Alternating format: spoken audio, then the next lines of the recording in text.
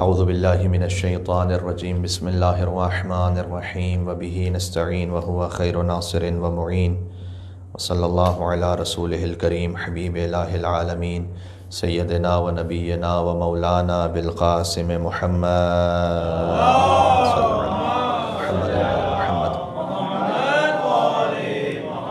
وعلى آلہ الطیبین الطاہرین المعصومین المظلومین المنتجبین المنتخبین المیامین سیما بقیت اللہ فی الارضین الذین اذهب اللہ عنہم الرجس وطہرہم تطہیرا اللہم صلی اللہ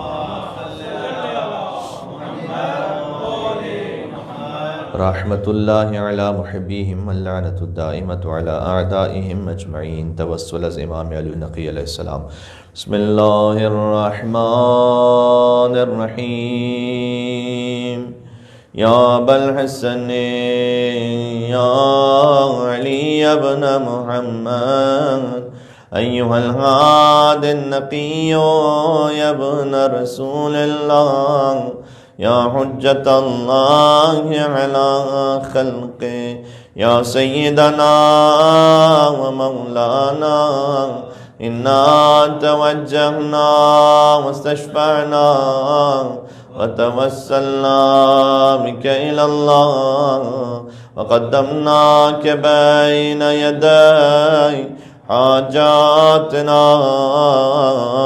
یا وجیہا عند اللہ اشفع لنا عند اللہ صلوات بر محمد و آل محمد اللہم صلی علی محمد و آل محمد۔ جشن امام علی نقی الہادی علیہ السلام کی مناسبت سے ایک اور پرزور بآواز بلند صلوات بید محمد و آل محمد اللہم صلی علی محمد۔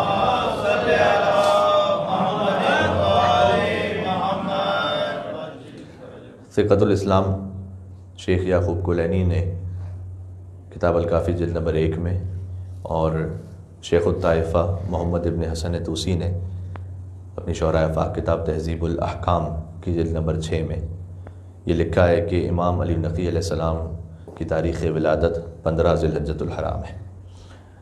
یہ اس لیے گزارش کرنا ضروری ہے کہ انڈین سب کانٹیننٹ میں پاکستان اور ہندوستان کے معمولاً مومنین وہ 5 رجب المرجب مولا کا جشن ولادت مناتے ہیں، جو بعض اور کتابوں میں مرقوم ہے، وہ روایت بھی ہے، لیکن کتاب الکافی میں اور کتاب تہذیب الاحکام میں شیخ طوسی علیہ الرحمہ نے 15 ذی الحجۃ الحرام امام علیہ السلام کی ولادت کا جشن لکھا ہے۔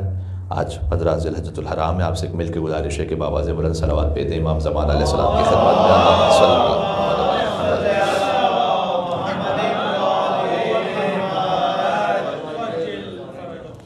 ایک مرتبہ کچھ بیسک معلومات کا ریویژن چاہتا ہوں بچوں کے لیے بھی، اور اس میں کچھ اہم نکات بھی ہیں۔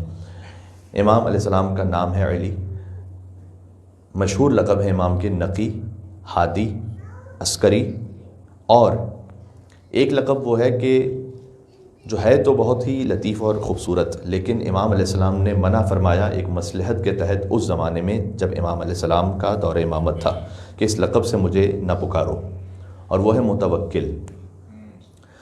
متوکل خود امام کے القاب میں سے ایک لقب ہے امام کا۔ متوکل خود بنفس نفیس، اس کے معنی اچھے ہیں۔ اللہ عز و جل نے 3 مقامات پر قرآن کریم میں فَلْيَتَوَكَّلِ الْمُتَوَكِّلُونَ یہ 2 مقامات پر کہا ہے، اور يَتَوَكَّلُ الْمُتَوَكِّلُونَ ایک مقام پہ کہا ہے۔ بس توکل کرنا چاہیے اللہ پر توکل کرنے والوں کو۔ ان اللہ یحب المتوکلین سورہ آل عمران میں متوکلین کے ساتھ ہے، چونکہ یہ ایک اور فارمیشن میں، مطلب وہ یہ کہ اللہ عز و جل محبت کرتا ہے توکل کرنے والوں سے، متوکلین سے۔ متوکلون کا سنگولر ہے متوکل۔ امام علیہ السلام نے اس خاطر منع فرمایا کہ بنی عباس کا 10واں بادشاہ عاشرہم اکفرہم، امیر المومنین نے اپنے زمانے میں آنے والے خلفاء کا ذکر کیا تھا کہ بنی عباس میں کون کون آنے والا ہے۔ اس میں یہ فرمایا تھا مولانا کہ ان کا جو 10واں ہوگا وہ سب سے بڑا کافر ہوگا۔ عاشرہم اکفرہم، ایک ہے کافر ایک ہے اکفر، جیسے کبیر سے اکبر، جیسے صغیر سے اصغر، ویسے کافر سے اکفر، بہت ہی بڑا کافر، بلکہ سب سے بڑا کافر، وہ 10واں ہے، وہ سب سے بڑا کافر ہوگا۔ اور اسے بنی عباس کا یزید کہا جائے تو اس میں کسی قسم کا کوئی مبالغہ، ایگزیجوریشن نہیں، بلکہ عین حقیقت ہے۔ اب اس کا چونکہ لقب ہے متوکل، اور امام علیہ السلام بھی متوکل ہی کے نام سے معروف ہو جاتے ہیں، جیسے ابھی امام نقی علیہ السلام کے نام سے معروف ہے، اگر متوکل کے نام سے معروف ہوتے تو امام کے فضائل اس کے نام میں لکھ دیے جاتے اور اس کے رضائل امام علیہ السلام کی زندگی میں لکھ دیے جاتے، اس لیے کہ مورخین تو درباری تھے، تو دو متوکل مکس ہو جاتے۔ اس لیے امام علیہ السلام نے کہا کہ اس زمانے میں مجھے متوکل کے نام سے یاد نہ کیا جائے۔ تو امام علیہ السلام کے القاب میں ہے نقی، یعنی جس میں تمام پاکیزگیاں سمٹ کر آ جائیں،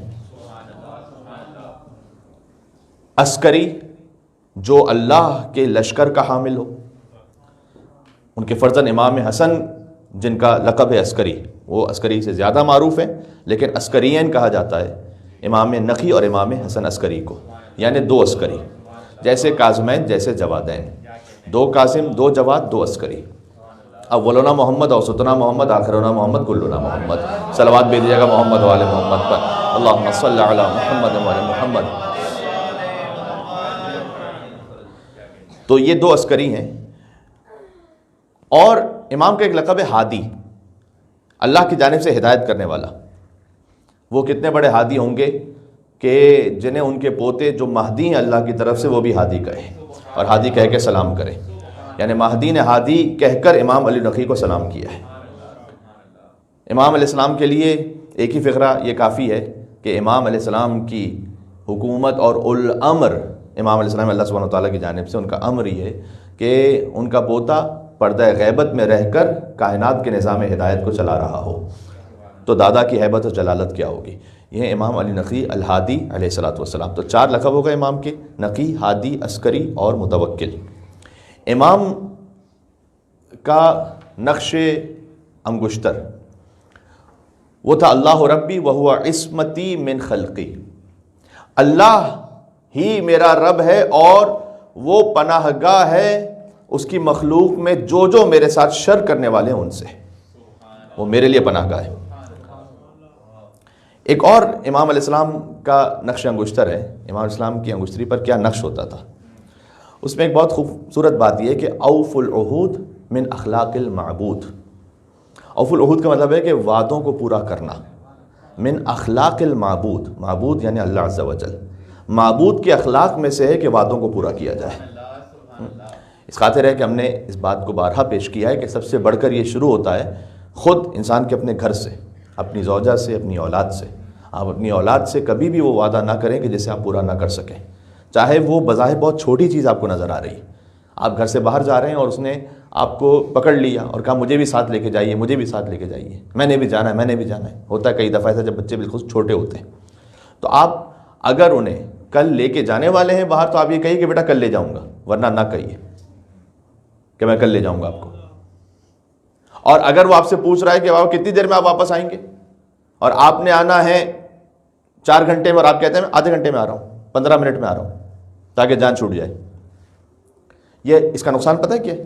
اس کا نقصان یہ ہے کہ مولا علی علیہ السلام نے ارشاد فرمایا ہے کہ تم اپنے بچوں سے مذاق میں بھی جھوٹ نہ بولو، اس لیے کہ وہ تمہیں ہی اپنا رازق سمجھ رہے ہوتے ہیں۔ بچے ہی سمجھ رہے ہوتے ہیں کہ آپ ہی انہیں ان کا رزق فراہم کر رہے ہیں۔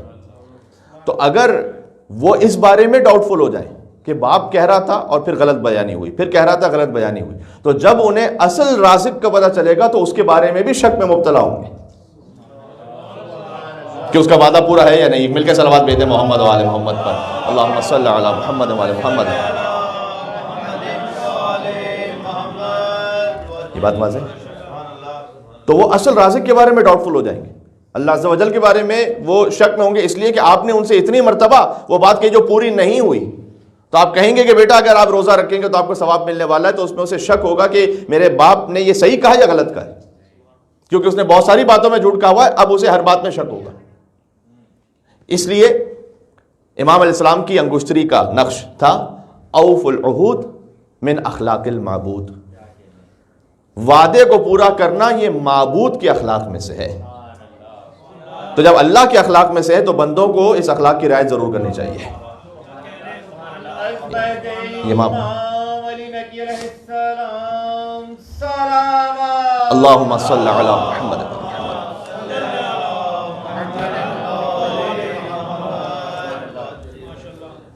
امام علیہ السلام کی والدہ ہیں بی بی سمانہ مغربیہ. والد امام محمد تقی علیہ السلام جن کی شہادت کی مجلس ذوالقعدۃ الحرام کے آخر میں گزری. ہم نے امام علیہ السلام کے بارے میں بقدر امکان و بقدر توفیق کوشش کی کہ آپ کی خدمت میں بات ہو سکے. امام کی والدہ ہیں بی بی سمانہ مغربیہ. امام جواد علیہ السلام کی تمام اولادیں بی بی سمانہ مغربیہ ہی سے ہیں. ان کی ایک اور زوجہ ہے جس کا نام ہے ام فضل جو مامون کی بیٹی ہے, اور ان کا منصوبہ یہ ہے کہ 12واں ہماری نسل میں سے آئے. اس بارے میں آپ سے بات کر چکا ہوں. اور اللہ سبحانہ و تعالیٰ کا منصوبہ یہ ہے کہ جس نے کبھی سیاسی ازدواج کیا ہے اس کی نسل آگے ہی نہ بڑھنے پائے.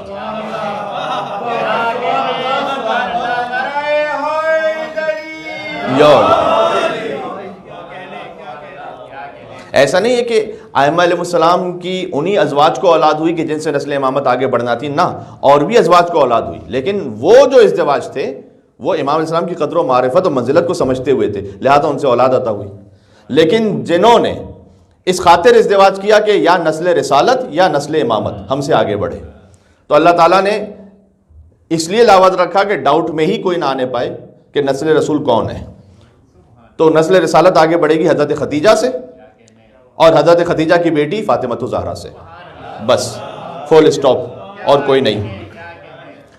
تو امام علیہ السلام کی ایک بیوی کا نام ہے ام فضل, لیکن لطف کی بات یہ ہے کہ بی بی سمانہ مغربیہ کی کنیت بھی ام الفضل ہے. یہ بھی آپ ذہن میں رکھیے گا, یہ واقع اس میں با مسمہ ہے. پھر بی بی ام الفضل یعنی فضیلتوں کی ماں. امام علی نقی علیہ السلام کی والدہ ہیں, اور میں نے عرض کیا کہ امام جواد علیہ السلام کی ساری ہی اولادیں امام علی نقی علیہ السلام بشمول, اور باقی تمام اولادیں امام جواد کی وہ بی بی سمانہ مغربیہ ہی سے ہیں. بی بی سمانہ مغربیہ وہ دفن ہے اس مقام پر کہ جس کی زیارت تو آپ میں سے سبھی کرتے ہیں ماشاءاللہ, لیکن معلوم کم ہے کہ یہاں بی بی سمانہ مغربیہ مدفون ہے. آپ سامرہ جب جائیے تو سامرہ میں 4 ہستیوں کا ذریعہ کے بارے سبھی جانتے ہیں کہ ذریعہ مطہر میں امام ہادی علیہ السلام, امام عسکری علیہ السلام, بی بی حکیمہ خاتون, بی بی نرجس خاتون. 2 اور ہستیاں ہیں جو اسی ذریعہ میں مدفون ہیں, بی بی سمانہ مغربیہ, امام علی نقی کی والدہ, اور بی بی حدیثہ خاتون امام حسن عسکری کی والدہ. یعنی امام علی نقی کی والدہ, امام حسن عسکری کی والدہ, اور امام زمانہ علیہ السلام کی والدہ, وہ سب ایک ہی ذریعے میں مدفون ہیں. تو بی بی سمانہ مغربیہ کا حرم بھی سامرہ ہے. تو بی بی سمانہ مغربیہ, امام علی نقی نے خود یہ فرمایا ہے کہ میری والدہ میرے امامت کے حق کی عارفہ تھی, یعنی مجھے پہچانتی تھی کہ میں امام برحق ہوں. کوئی شیطان رجیم میری والدہ کے قریب پہنچ نہیں سکا, اور اللہ عز و جل نے عین اللہ سے ان کی حفاظت فرمائی. یہ بی بی سمانہ مغربیہ جن کے لیے صائمۃ النہار قائمۃ اللیل کثرت کے ساتھ لکھا ہوا ہے کہ سال بھر روزہ رکھنے والی اور سال بھر راتوں میں عبادت کرنے والی. امام علیہ السلام کی اپنی اولادیں, امام علی نقی کی جو اپنی اولادیں, ان کی ترتیب بھی اہل بیت علیہ السلام ہی کے ناموں پر ہے. محمد, علیہ, فاطمہ, نہیں فاطمہ نہیں, محمد, علیہ, حسن, حسین اور جعفر. اس لیے کہ امام کے جو سب سے بڑے بیٹے ہیں ان کا نام سید محمد ہے, پنجتن کے ناموں کی یہی ترتیب ہے. پھر امام کی بیٹی جن کا نام علیہ ہے, علی سے مؤنث ہو کے علیہ. امام کے بیٹے ہیں پھر امام حسن عسکری. حسین, وہ حسین کے جو چچا ہیں امام زمانہ علیہ السلام کے, اور امام زمانہ علیہ السلام اپنے چچا حسین ابن علی النقی کی آواز میں بات کیا کرتے تھے. امام کی آواز کا جو پردہ رہتا تھا وہ اس وجہ سے رہتا تھا کہ وہ حسین جو کہ امام علی نقی کے بیٹے ہیں اور امام زمانہ کے چچا ہیں, ان کی آواز میں بات کرتے تھے تاکہ کسی کو پتہ نہ چلے کہ پردے کے پیچھے سے کون بات کر رہا ہے. لوگ یہ سمجھتے تھے کہ حسین وہ کہ جو علی نقی کے بیٹے وہ بات کر رہے ہیں.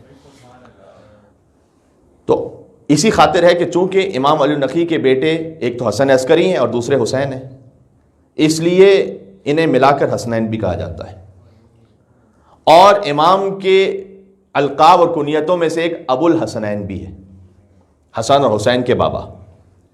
پھر ایک وہ جعفر ہیں کہ جو جعفر کذاب یا بعد میں جعفر تواب کہلایا، اس پہ بھی میں آپ کی خدمت میں، مجھے یاد ہے کہ گزشتہ جشن میں بات کر چکا ہوں، تو گزشتہ جشن کا جو موضوع تھا آپ بھول چکے ہو تو، لیکن مجھے یاد ہے کہ وہ امام علی نقی علیہ السلام کی اولادوں پر تھا، اور ہم نے ڈیٹیلز اس پہ بات کی تھی، تو اب اس طرف میں نہیں جاؤں گا۔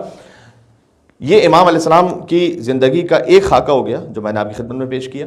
ایک وہ اہم پولیٹیکل پوائنٹ کہ جو اب تک شاید میں 6 یا 7 سال کی مجالس میں اب تک نہیں پہنچا سکا، وہ یہ ہے کہ امام علیہ السلام کے زمانے سے جسٹ بیفور، یہ جو 7 متصل زمانہ ہے، آپ جانتے ہیں کہ 9 امام مدفون ہیں بغداد میں، ٹھیک ہے، کاظمین میں مدفون ہے نا، پھر 10ویں اور 11ویں امام مدفون ہے سامرہ میں۔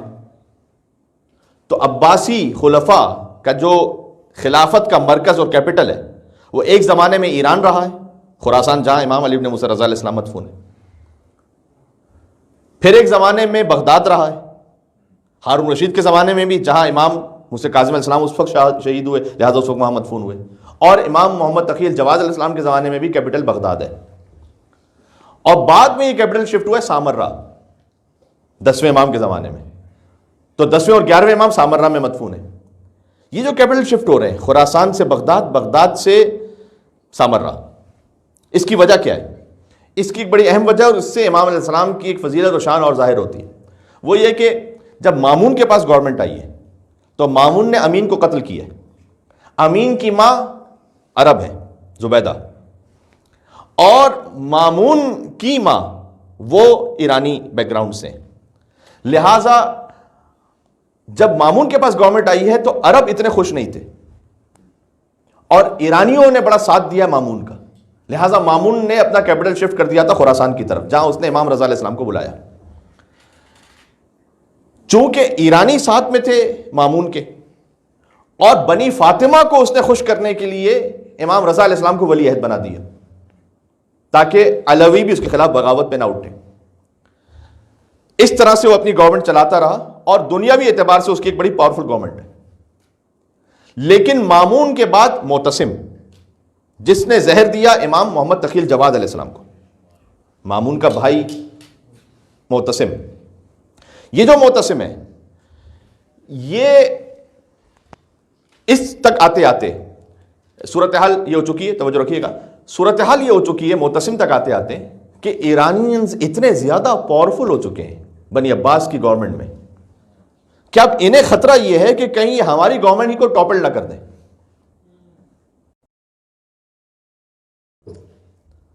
اچھا، دوبارہ اور کہاں شفٹ ہو یہ پاور کا مرکز؟ وہ شفٹ اگر عربوں میں کرے تو عرب پہلے ہی ان کے اگینسٹ ہیں، لہٰذا عربوں کو یہ دوبارہ پاور میں لانا نہیں چاہتے۔ ایک طریقہ یہ ہے کہ دوسری کسی اور قوم کو تلاش کیا جائے تو جنگجو بھی ہوں جو عربوں سے بھی لڑ سکے اور ایرانیوں سے بھی لڑ سکے اگر خطرہ ہو۔ تو انہوں نے کیپٹل شفٹ کیا سامرہ، اور وہاں ایک نیا شہر بسایا۔ امام محمد تقی الجواد کی شہادت ہے 220 ہجری میں، یہ بات ذہن میں رکھیے گا۔ امام محمد تقی الجواد کی شہادت کے فوراً بعد 220 ہجری کے فوراً بعد 221 ہجری میں سامرہ کو آباد کیا گیا، جیسے کہ خلیفہ دوم نے کوفہ شہر بسایا تھا، ایک خاص وجہ سے کہ وہ کنٹونمنٹ ایریا رہے، وہاں پر پوری فوج رہے تاکہ اس کے کام آ سکے وہ۔ اسی طریقے سے سامرہ میں ایک کنٹونمنٹ ایریا بنایا گیا، فوجی چھاونی ہے سامرہ، اور وہاں نہ عرب ہیں زیادہ نہ ایرانی ہیں بلکہ ترک ہیں، ادھر میں رکھیے گا۔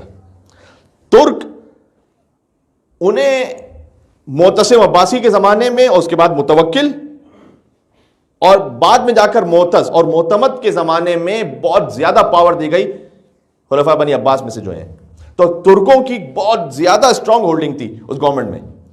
اچھا، ترک جنگجو قوم، بظاہر اگر بعض نے اسلام کا کلمہ پڑھ بھی لیا تھا تو وہی جاہلیت والی ان کی عادتیں تھیں، اور اس خاطر ہے کہ سٹارٹ میں ترکوں کو انہوں نے لانے کی کوشش کی بغداد ہی میں، جب بغداد کیپٹل تھا تو ظاہر کیپٹل شفٹ کرنا آسان نہیں ہوتا، تو بغداد ہی میں عربوں اور ایرانیوں کو ہٹا کر ترکوں کو اسٹرانگ کیا جائے۔ تو مسئلہ یہ ہونے لگا کہ ترک جب بغداد میں کافی سٹرونگ ہو گئے تو یہ جس جگہ سے جاتے تھے اپنی بدماشیوں کو دکھاتے ہوئے کئی مرتبہ بچوں کو، عورتوں کو، بوڑھوں کو قتل کر کے کچل کر گزر جاتے تھے. اور بغداد میں ایک اپرائزنگ ہونے لگی خود خلفائے بنی عباس کے خلاف کہ یہ کن لوگوں کو پاور دے دی ہے، یہ کون سے فوجی آ گئے. لہٰذا انہوں نے مناسب سمجھا کہ بغداد میں اگر انہیں رکھا تو یہ پوری عوام ہمارے خلاف ہو جائے گی اور انہیں بغداد میں رکھنا مناسب نہیں، ہمارے لیے سیف نہیں. اس لیے انہیں اٹھا کے لے جاؤ سامرہ، اور سامرہ میں کنٹونمنٹ ایریا بناؤ. لہذا شفٹ کر دیا گیا بغداد سے کیپٹل سامرہ. خلفاء بھی شفٹ ہو گئے وہاں پر اور ان کی جو فورس تھی وہ ترک. اچھا جب ترک وہاں پر پہنچے تو ابتدا میں تو ان کا بیہیویئر ائمہ علیہ السلام کے ساتھ کوئی اچھا نہیں ہے، اس لیے کہ ان کے زعم میں یہ ہے کہ ہم نے ان خلفاء کو دیکھا ہوا ہے یہ بھی شراب پیتے ہیں، یہ بھی عیاشیاں کرتے ہیں، اور نام ہے خلیفۃ المسلمین، تو شاید یہ بھی ایسے ہی ہوں گے. امام علیہ السلام کے، امام علی نقی کے، امام حسن عسکری کے کئی واقعات ایسے ہیں کہ جہاں انہوں نے ترکوں کو ایسے انسپائر کیا ہے. میں آپ سے کہوں کہ یہ اتنی بڑی ایک یعنی سٹارٹنگ تھی کہ اس کے بعد جا کر ترکوں میں، خالی ترک کا مطلب آج کا ترکیہ نہیں ہے، یہ خود ایرانیوں میں بہت بڑی آبادی ترکوں کی. آج بھی بہت سارے مراجع وہ ترک بیک گراؤنڈ سے تعلق رکھتے ہیں. مثال کے طور پر آیت اللہ فاضل لنکرانی، بڑا مشہور نام. مثال کے طور پر آیت اللہ مرزا جواد تبریزی، جو تبریز کا پورا صوبہ ہے یہ ترک ہے. اور ترک آج بھی آپ ایرانیوں میں سے جا کے پوچھ لیجئے گا، ترک اپنی ولایت میں بہت زیادہ شدید ہے، بہت سٹرونگ ہے. براءت از اعداء اہل بیت میں بھی بہت ہی زیادہ سٹرونگ ہے. یہ سارا احسان امام علی نقی اور امام حسن عسکری کا یہاں سے سٹارٹ ہوا ہے. یہ سارا امام علی نقی علیہ السلام، ایک ترک آیا امام علیہ السلام کو مارنے کے لیے بھی آیا. ایسے بھی واقعات ہیں کہ مثلا متوکل نے 6-7 ترکوں کو شراب کے نشے میں بھیج دیا کہ جا کر علی نقی کو قتل کر دینا، اور وہ شراب کے نشے میں آئے اور امام علیہ السلام کے گھر میں کود گئے. اور جب امام کے گھر میں پہنچے ہیں تو کچھ دیر بعد باہر نکلے توبہ کرتے ہوئے، امام علیہ السلام کا ذکر کرتے ہوئے. تو متوکل نے پوچھا کہ میں نے تمہیں شراب کے نشے میں بھیجا تھا اس کو قتل کرنے کے لیے، اور تم آ رہے ہو باہر اللہ کا ذکر کرتے ہوئے اور اسی کے بارے میں فضائل پڑھتے ہوئے. تو انہوں نے جواب دیا کہ ہم کیسے اسے قتل کریں کہ ہم نے کئی مرتبہ صحراؤں میں اسے ہماری مدد کرتے ہوئے دیکھا ہے.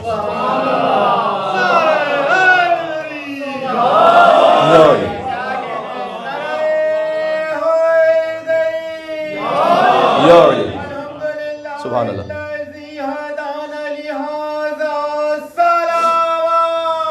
اللہم صلی اللہ.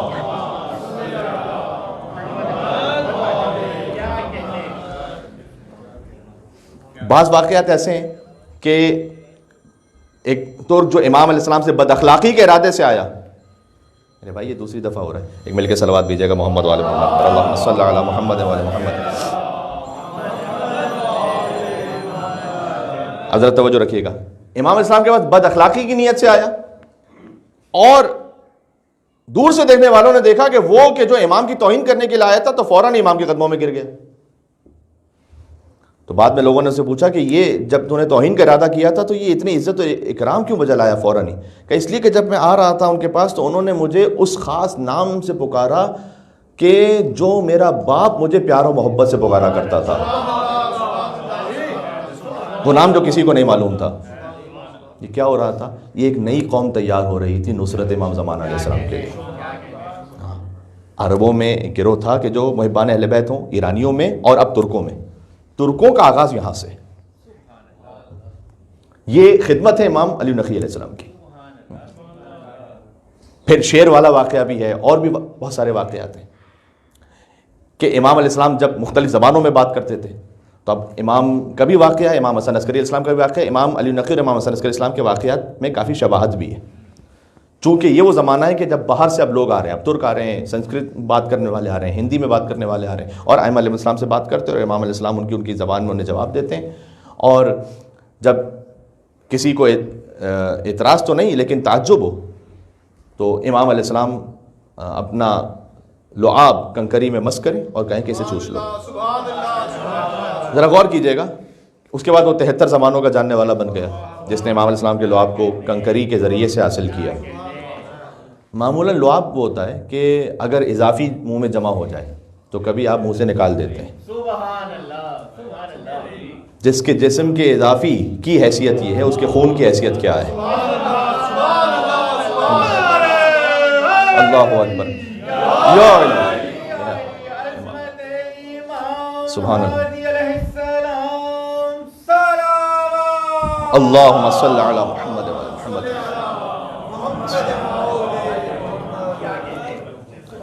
امام علی نقی علیہ السلام کی یہ وہ خدمت ہے کہ جہاں سے پھر آگے جا کر بڑے بڑے علماء، مراجع اور مفسرین اور محدثین سب اس ترک قوم میں بہت سے آئے.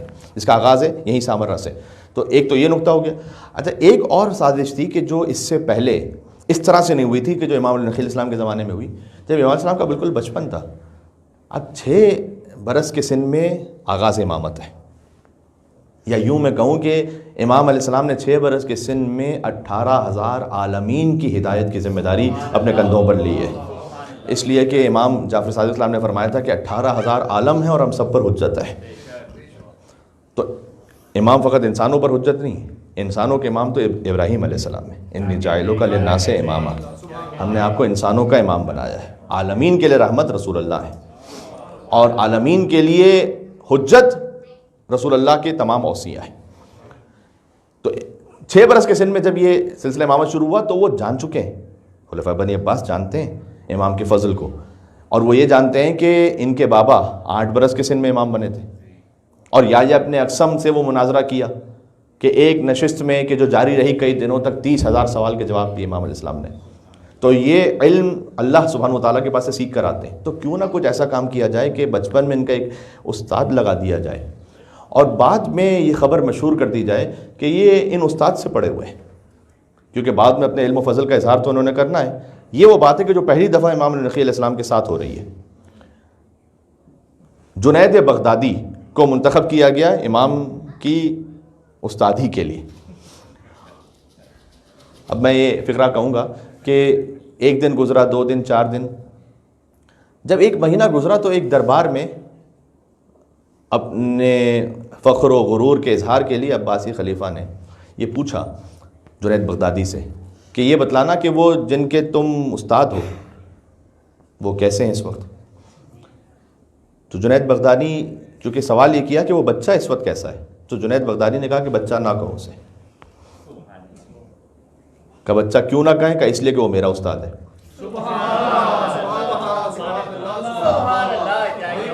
میرا استاد ہے. اور پھر جنید بغدادی نے کہا کہ جب میں ان کے پاس پہنچا تو پہلے دن میری جرأت اور ہمت ہی نہ ہو سکی کہ میں ان سے کوئی کلام کروں کہ جلالت اور ہیبت کی وجہ سے. پہلے دن میں خاموش رہا، دوسرے دن میں خاموش رہا، تیسرے دن جب میں نے بات کرنا چاہی تو ابھی میں بات کرتا تھا کہ وہ بات کی اختتام تک مجھے بات پہنچا دیتے تھے. ابھی میں کوئی قرآن کی آیت پڑھتا تھا، اس کی تفسیر کی گہرائی تک مجھے بتاتے تھے. ابھی میں رسول اللہ کی کوئی حدیث نقل کرتا تھا تو اس حدیث کی گہرائی تک مجھے سمجھاتے تھے کہ اس حدیث کا مطلب کیا ہے. کہ یہ اتنی مرتبہ ہوا کہ میں نے ان سے کہا کہ میں آپ کی شاگردی اختیار کرنا چاہتا ہوں اور میں چاہتا ہوں کہ آپ مجھے اپنی شاگردی میں قبول فرما لیجیے. تو تم یہ سمجھ رہے ہو کہ میں ان کا استاد ہوں، در حقیقت اب تک میں نے ان سے سیکھا ہے اور وہ میرے استاد ہیں، میں ان کا شاگرد ہوں. یہ بڑے دربار میں جنید بغدادی نے یہ کہا. تو وہ ایک تصور یہ تھا کہ اچھا ہم استاد متعین کر دیں گے تو اس کے بعد جب ان کی جانب سے علم و فضل آگے آئے گا تو لوگ یہ سمجھیں گے کہ یہ استاد کا سکھایا ہوا ہے. تو جنید بغدادی سے جنید نے یہ پوچھا کہ یہ بتلائیے گا کہ اس بچپن میں یہ علم کی کیفیت کیسے ہے آپ کے پاس. تو امام علیہ السلام نے جواب دیا کہ ہم یہاں دنیا میں پوچھنے کے لیے نہیں آتے، ہم یہاں بتلانے اور سکھلانے کے لیے آتے ہیں. اس لیے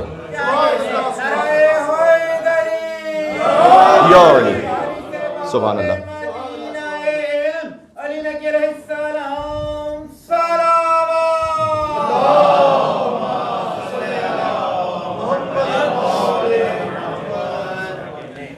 ائمہ علیہ السلام کی جانب سے جو قیمتی ترین تحفے ہم تک پہنچے ہیں ان میں زیارت جامع کبیرہ ہے اور زیارت روز عید غدیر ہے۔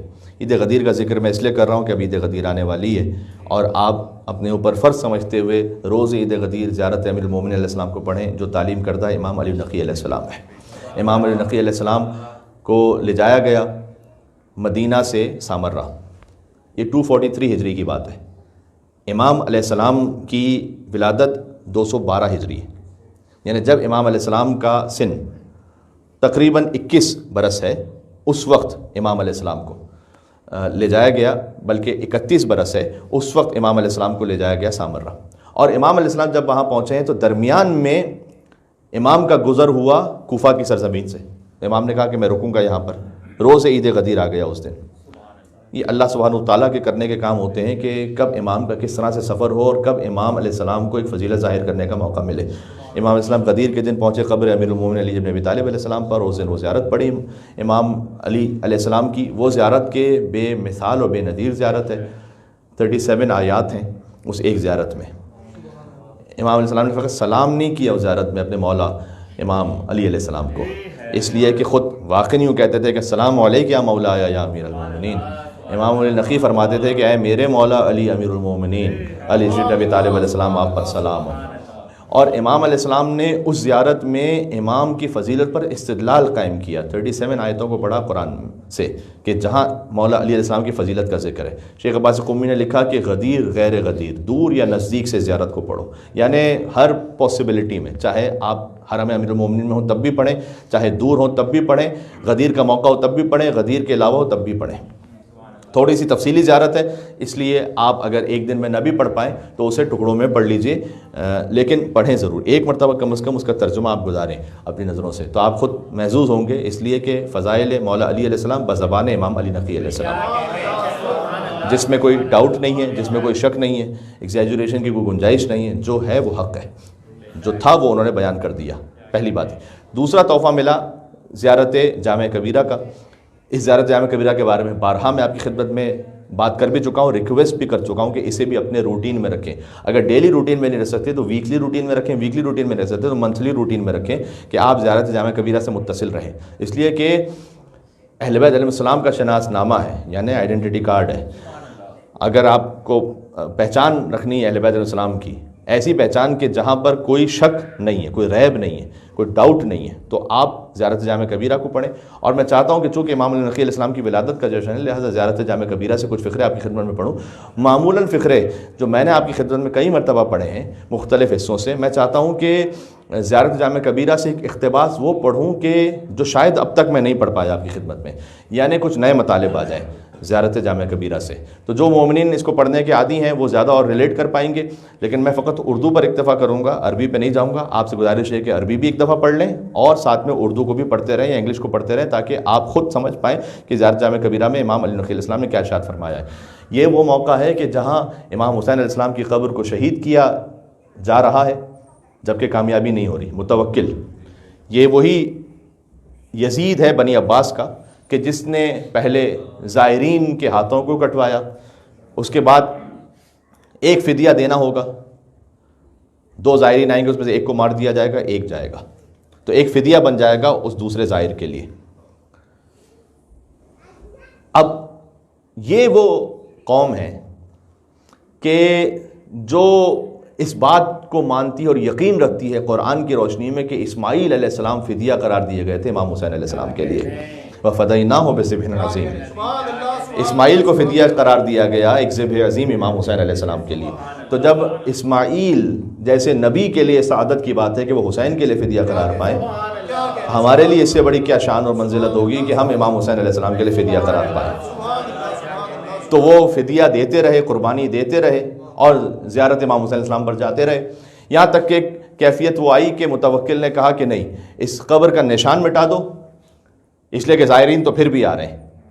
اور قبر کا نشان مٹانے کے لیے کبھی ہل چلانے کی کوشش کی گئی تو بیل اس نے آگے بڑھنے سے انکار کر دیا، اور باقی جانوروں نے آگے بڑھنے سے انکار کر دیا کہ در حقیقت جانور ہو چکا ہے۔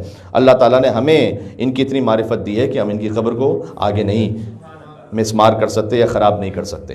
اس وقت قبر کا یعنی نشان کم از کم باقی رہے، یہ نہ ہو کہ نشانی ختم ہو جائے، کیونکہ اس نے چاہا کہ اس پر زراعت ہو جائے، کلٹیویشن ہو جائے، تو پھر پتہ ہی نہ چلے کہ پھر قبر امام حسین السلام کہاں چلی گئی، اور پھر پانیوں کا رخ موڑا گیا، وہاں پر پانی بھی آ کر یا تو رک گیا، یا ایک اور اس بارے میں روایت ہے کہ اگر پانی آیا بھی وہاں پر تو قبر امام حسین علیہ السلام کے گرد ایسا طواف کرنے لگا کہ وہ پانی کہ جو امام حسین علیہ السلام پر بند کیا گیا تھا، اسی پانی نے قبر امام حسین کا ایک معجزہ دکھلایا۔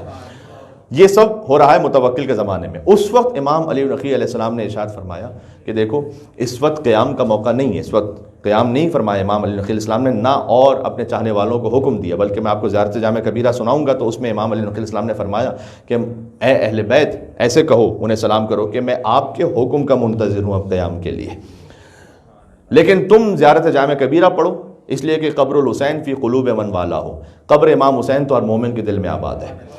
تو امام حسین علیہ السلام کی قبر وہ ہر مومن کے دل میں ہمیشہ کے لیے آباد رہے گی، اس قبر ہی کی نیت سے دور یا نزدیک سے تمام اہل بیت کو شامل کرتے ہوئے زیارت جامع کبیرہ پڑھو۔ ایک زیارت جامع صغیرہ وہ مختصر زیارت ہے، ایک زیارت جامع کبیرہ جو کچھ طولانی زیارت ہے۔ میں اس کے کچھ اقتباس آپ کے سامنے پڑھتا ہوں۔ سلام ہو کرم کے اصول، امتوں کے قائد اور اولیاء نعمت پر، یعنی جن سے نعمتیں ہمیں حاصل ہوتی ہیں۔ میں نے کہا میں وہ پڑھوں گا کہ جو اب تک بیان نہیں ہو پایا، جس سے آپ اور مزید ریلیٹ کر پائیں۔ السلام علیکم یا اہل بیت النبوہ و معدن الرسالہ و موضع الرسالہ و مختلف الملائکہ و محبت الوحی، یہ آپ کے سامنے عرض ہو چکا ہے۔ میں اس کے علاوہ آپ کے سامنے زیارت جامع کبیرہ کے کچھ فقرے پڑھنا چاہتا ہوں۔ سلام ہو نیکیوں کے منزل اعتماد پر، شہروں کے ارکان، ایمان کے دروازے، رحمان کے امین اور نبیوں کے فرزندوں پر سلام ہو۔ رب العالمین کے نیک بندوں کی اطرت اور اللہ کی رحمت و برکت کے معدن اور مخزن پر سلام ہو۔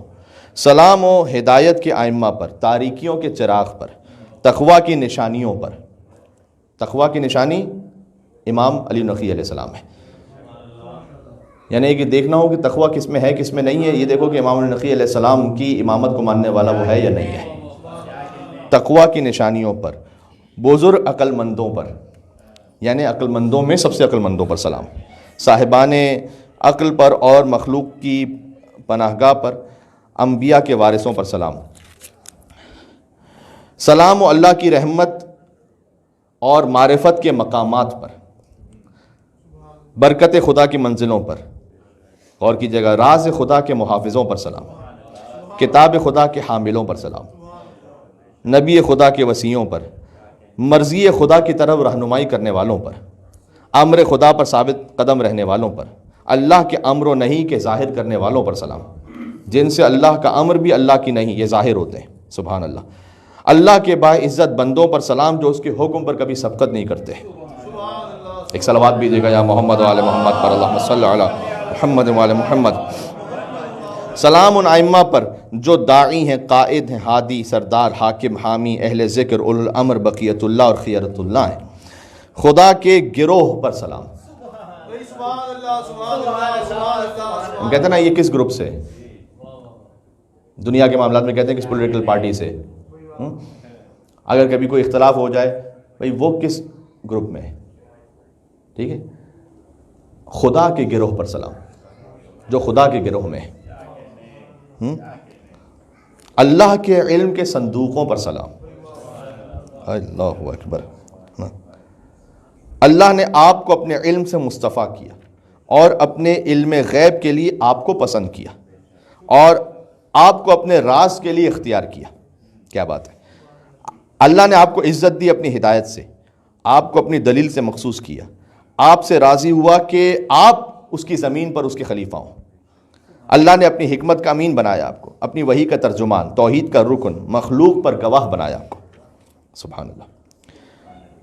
خدا کی لغزشوں، آپ کو اللہ نے لغزشوں سے معصوم رکھا اور فتنوں سے محفوظ رکھا، بس آپ نے خدا کی جلالت کو عظمت کے ساتھ یاد کیا، اس کے ذکر کو دوام عطا کیا، اس کے عہد پر ثابت قدم رہے، اس کی اطاعت کی گرہ کو مستحکم باندھا، آپ نے اپنے نفس کو صرف کیا، المومنین نے قربان کیا۔ یہ جو نا بذل مہجتہ فیک، زیارت اربعین امام حسین اسلام میں یہی ہے کہ آپ نے اپنا نفس صرف کیا، آپ نے اپنا نفس صرف کیا اس کی مرضی کی راہ میں، آپ نے صبر کیا ہر مصیبت پر جو اللہ کی راہ میں آئی، پس جو آپ کے طریقے سے بہک گیا وہ دین خدا سے خارج ہو گیا، جو آپ کے امر کا پابند رہا وہ آپ سے ملحق ہوا، اور آپ کے حق میں تقصیر کرنے والا وہ مٹ گیا۔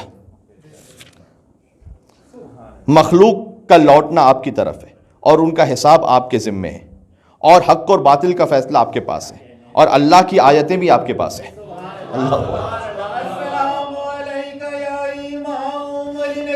سبحان اللہ، اللہم صلی علی محمد۔ تعلیم کرتا ہے امام علی نقی علیہ السلام، آپ اس دار فانی کے گواہ ہیں اور دار بقا کی شفاعت کرنے والے ہیں۔ آپ وہ دروازہ ہیں جس کے ذریعے اللہ لوگوں کا امتحان لیتا ہے، کون اس دروازے تک آتا ہے کون نہیں آتا۔ جو آپ کے پاس آ گیا اس نے نجات پائی، جو نہ آیا وہ ہلاک ہو گیا۔ جس نے آپ سے رابطہ استوار کیا اور جس نے آپ کا اتباع کیا، پھر جنت اس کی منزل ہے، اور جس نے آپ سے آپ کی طرف پناہ لی وہ محفوظ ہو گیا۔ میں گواہی دیتا ہوں کہ یہ مقام ہمیشہ آپ کے لیے سابق میں ہے اور لاحق میں رہے گا۔ بڑا اہم ہے اب یہ کہ آپ کی روحیں، آپ کا نور، آپ کی تینت ایک ہے، اور پاکیزگی اور طہارت میں بعینہ ہی ایک دوسرے کی طرح ہے۔ ہمارا جسم ویسے پاک نہیں ہے جیسے ہماری روح پاک ہے، ہمارے جسم کثیف ہیں، لیکن امام علیہ السلام نے زیارت میں فرمایا کہ ایسے کہو سلام میں کہ آپ کی تینت، آپ کی ارواح، آپ کے اجسام ویسے ہی پاک ہیں، ایک دوسرے کی طرح پاک ہیں۔ خدا نے آپ کو نور کی صورت میں پیدا کیا، پس آپ کو اطراف عرش میں قرار دیا، یہاں تک آپ کے ذریعے اللہ نے ہم پر احسان کیا، پس آپ کو قرار دیا ایسے گھر میں جس کی بلندی کا حکم اللہ نے دیا ہے اور جس میں اللہ کا تذکرہ ہوتا رہتا ہے۔ ہمارے درود و سلام ہو آپ پر، سبحان اللہ، کہ اللہ نے اس محبت کو ہمارے دل میں رکھا یا ہمارے نفس میں رکھا جس سے ہم کو مخلص کر دیا گیا۔ یہ ہمارے نفس کی پاکیزگی کے لیے، ہمارے تزکیہ نفس کے لیے، گناہوں کے کفارے کے لیے۔ سبحان اللہ۔ بس خدا نے آپ کو اہل کرامت کا شریف ترین مقام اور مقربین کی اعلیٰ ترین منزل عطا فرمائی، ایسی بلندی کہ جس کے لیے کوئی اور راہ نہیں ہے۔ یعنی ایسا نہیں کہ کوئی سیکھ کے وہاں تک پہنچ جائے گا، کوئی کوشش کر کے وہاں تک پہنچ جائے گا، نہ اس سے پہلے کسی کو وہاں پہنچایا گیا، نہ اس کے بعد اس مقام کے لیے کوئی لالچ کر سکتا ہے۔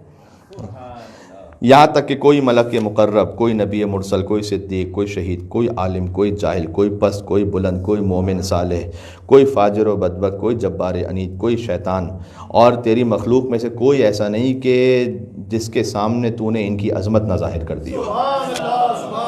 سب کے سامنے، سبحان اللہ۔ یا علی، میرے ماں باپ آپ پر قربان ہوں، اور میرے اہل و عیال اور میرا مال اور خاندان والے آپ پر قربان ہوں۔ میں خدا کو اور آپ کو گواہ بنا کر کہتا ہوں میں آپ پر ایمان رکھتا ہوں، اور جس پر آپ ایمان رکھتے ہیں میں اس پر ایمان رکھتا ہوں۔ یہ عقیدہ کتنا اچھا ہو گیا، جس پر آپ ایمان رکھتے ہیں میں اس پر ایمان رکھتا ہوں۔ 100% آپ سیکیور ہے۔ اور میں آپ کا اور آپ کے دوستوں کا دوست ہوں، آپ کے دشمنوں کا دشمن ہوں، اور ان سے عداوت رکھتا ہوں۔ اس سے میری صلح ہے جس سے آپ کی صلح ہے، جس سے آپ کی جنگ ہے اس سے میری جنگ ہے۔ جس نے آپ کو حق سمجھا ہم نے بھی اسے حق جانا، جس نے آپ کو باطل جانا ہم نے بھی اسے باطل جانا۔ آپ کا موتی ہوں، آپ کے حق کا معترف ہوں، آپ کے عہد ولایت سے وابستہ ہوں، آپ کے امر کا منتظر ہوں، آپ کی حکومت کے لیے چشم بنا ہوں۔ جب آپ حکم دیں گے تو میں قیام کروں گا۔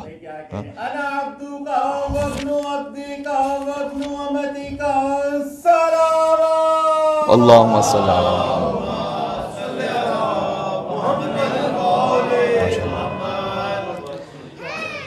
یا علی، میں آپ کا قول قبول کرنے والا ہوں، آپ کی بارگاہ میں پناہ چاہنے والا ہوں، آپ کا زائر ہوں، آپ کی قبر پر پناہ لینے آیا ہوں۔ میرا دل آپ کے لیے جھکا ہوا ہے، میری رائے آپ کے تابع ہے، اور میری مدد آپ کے لیے حاضر ہے، یہاں تک کہ آپ کے ذریعے خدا دین کو زندہ کر دے۔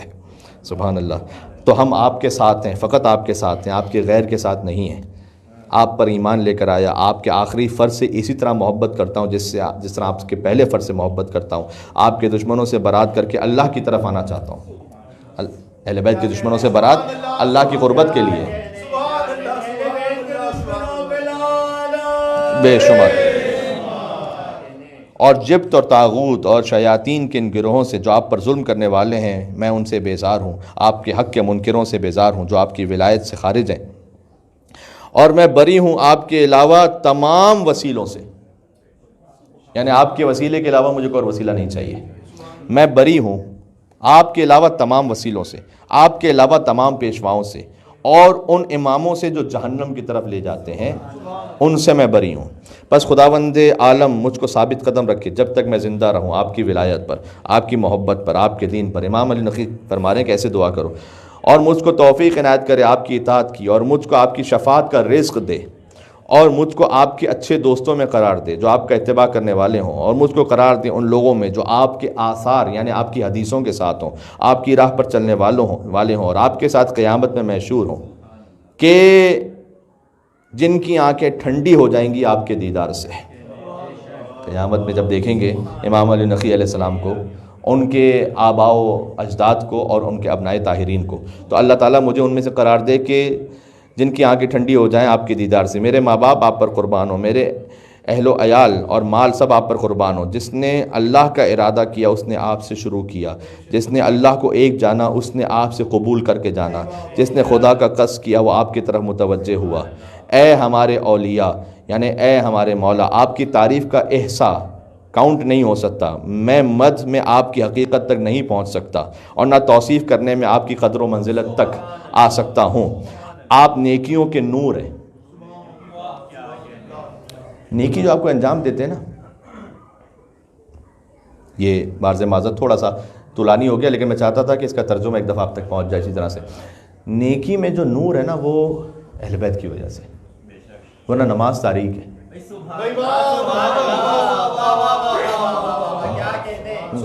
کاش وقت ہو تو ایک ایک جملے کو تشریح کے ساتھ بیان کیا جائے۔ نیکیوں کے نور پر سلام، یعنی نیکی میں نور اس وقت تک نہیں جب تک کہ وہ اہل بیت علیہ السلام کی محبت سے جڑی بھی نہیں ہے وہ نیکی۔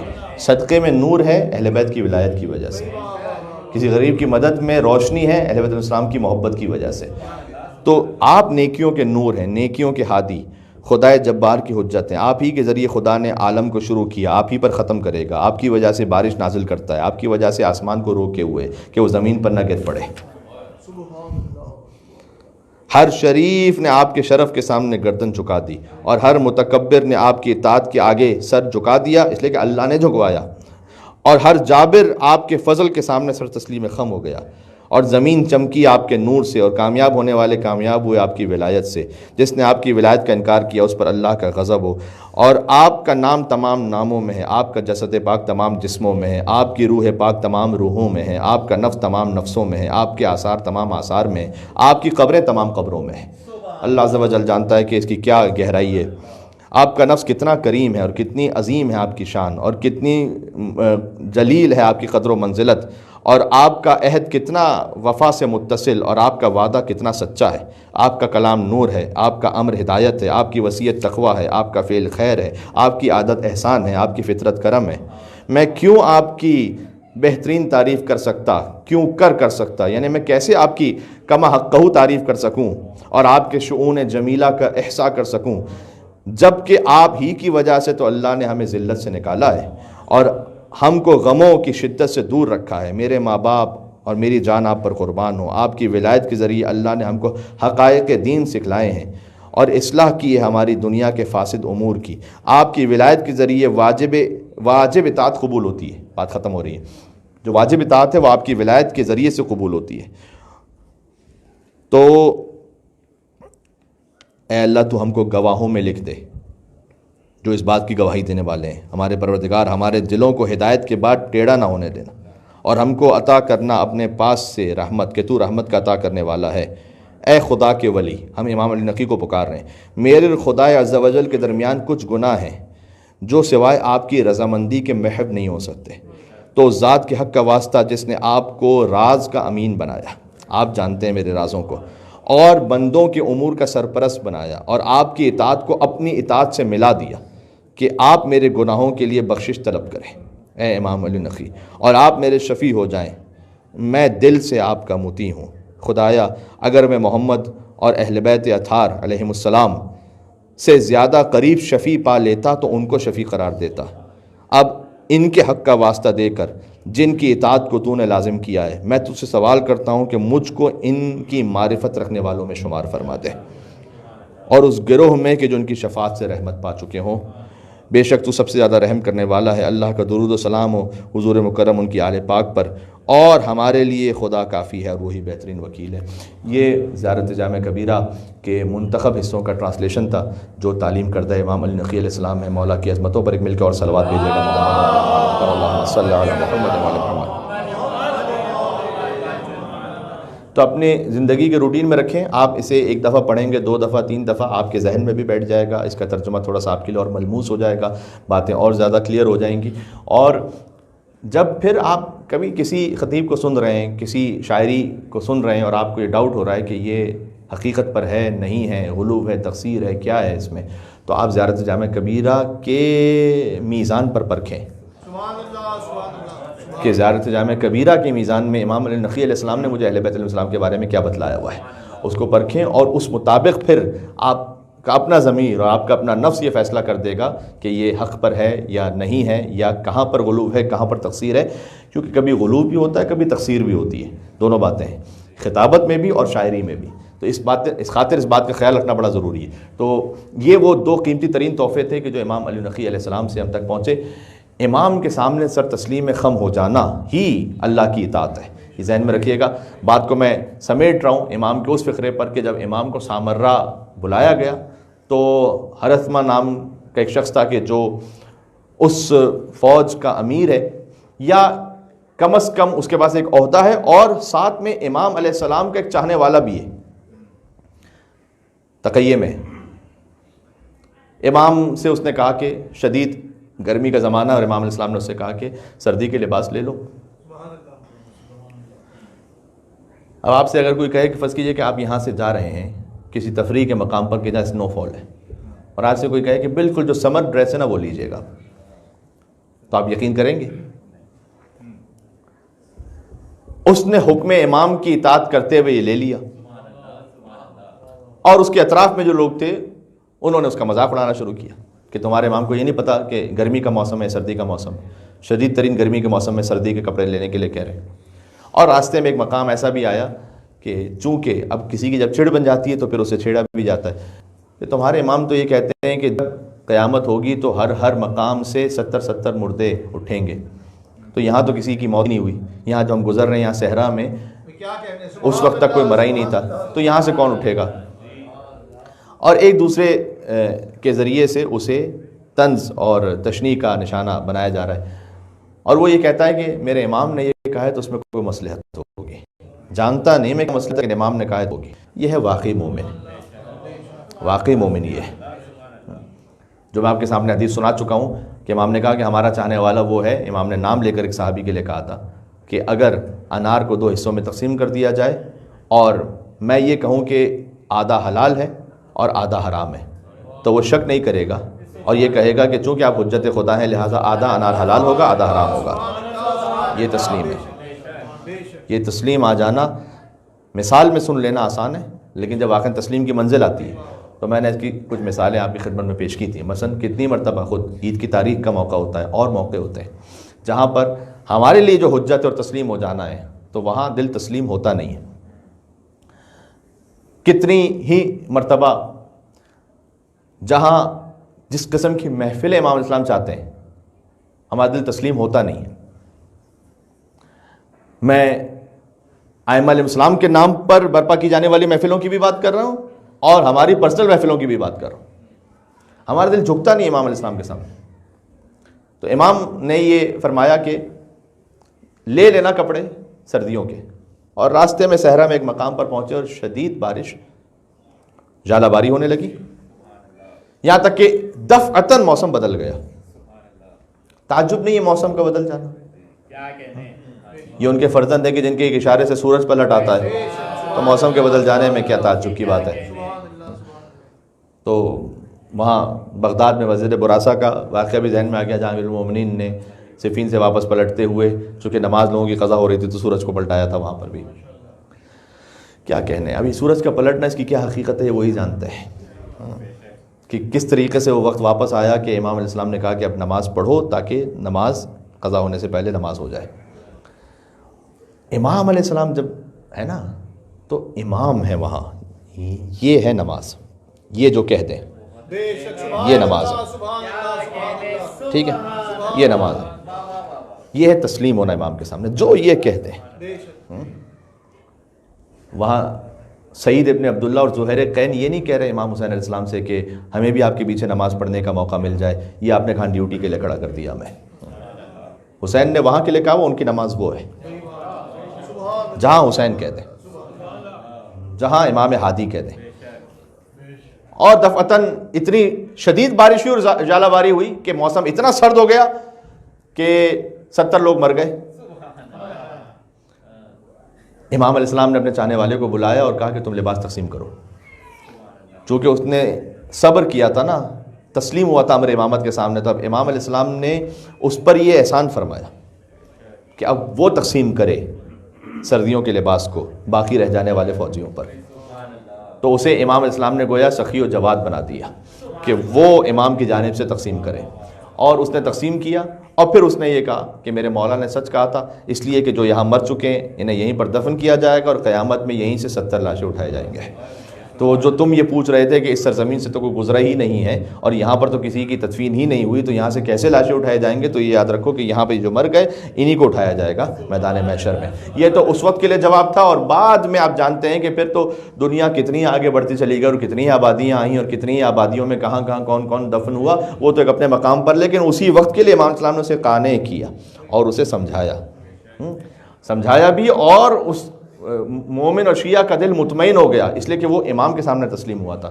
تو امام علی النقی علیہ السلام کے جشن کا اختتام کریں گے اس بات سے کہ امام علیہ السلام کے پوتے حضرت حجت حضرت مہدی عجل اللہ تعالیٰ فرجہ شریف کے ظہور پر نور میں تعجیل ہو، ہم امام کے منتظرین میں قرار پائیں، اس لیے کہ امام کے منتظرین میں ہونا خود ایک بہت بڑی فضیلت ہے۔ ائمہ علیہ السلام کی حدیث کے مطابق آپ انتظار کرنے والے ہوں اس وقت کا، خود یہ زیارت جامع کبیرہ کا بھی پیغام ہے۔ پروردگار ہمیں امام حسین علیہ السلام کا عزادار بنا، حضرت حجت کا منتظر بنا، علی بن ابی طالب علیہ السلام کا شیعہ قرار دیتے ہوئے ہمیں میدان محشر میں حاضر ہونے کی توفیق عطا فرما۔ امام علی نقی علیہ السلام کے جشن ولادت پر دعا کرتے ہیں کہ ہمیں سامرہ کی زیارت عطا فرما، اور امام کی شفاعت سے ہمیں قبر میں، برزخ میں اور میدان محشر پر بہرہ مند فرما۔